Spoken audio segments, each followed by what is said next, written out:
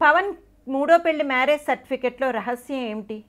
మీడియాను పవన్ కళ్యాణ్ దూరంగా ఉంచుతాడు, కానీ ఈ మూడో పెళ్ళి ఏంటి?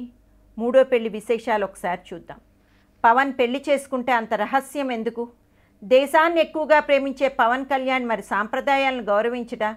ఇంతకీ ఆ మ్యారేజ్ సర్టిఫికెట్లో రహస్యం ఏమిటి?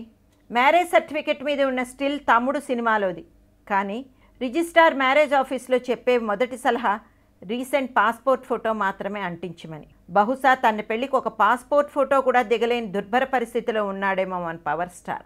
ఫోటో పవన్దే నిరూపించుకోవడానికి ఒక ఐడి ప్రూఫ్ తీసుకోవాలి కదా అని రిజిస్ట్రార్ ఆఫీస్ వాళ్ళని అడిగితే వాళ్ళు నవ్వేశారు. పవన్ కళ్యాణ్ రిజిస్టర్ సర్టిఫికెట్లో కొణిదెల కళ్యాణ్ బాబు అని ఉంది. అసలు పవన్ సంతకం ఎందరికీ తెలుసు, కానీ ఆ సర్టిఫికెట్లో హడావుడిగా పవన్ సంతకాన్ని ఎవరో గీకి పారేశారని. అది ఎవరు? అన్నా లెజీనావా కూడా పేరు మార్చుకుంటే ఒక తెలుగు పేరు లేక ఇండియన్ పేరు ఎందుకు పెట్టుకోలేదు? ఇదంతా ఒక కుట్ర అంటున్నారు పవన్ ఫ్యాన్స్. ఆయన పెళ్లిని ధృవీకరించిన రిజిస్ట్రారు పవన్కి ఆల్రెడీ మ్యారేజ్ అయిన విషయం ఆయనకు తెలియదట. రేణు దేశాయ్తో విడాకులు తీసుకోకుండానే పవన్ మూడో పెళ్లి చేసుకోవడం చట్టబద్ధమేనా?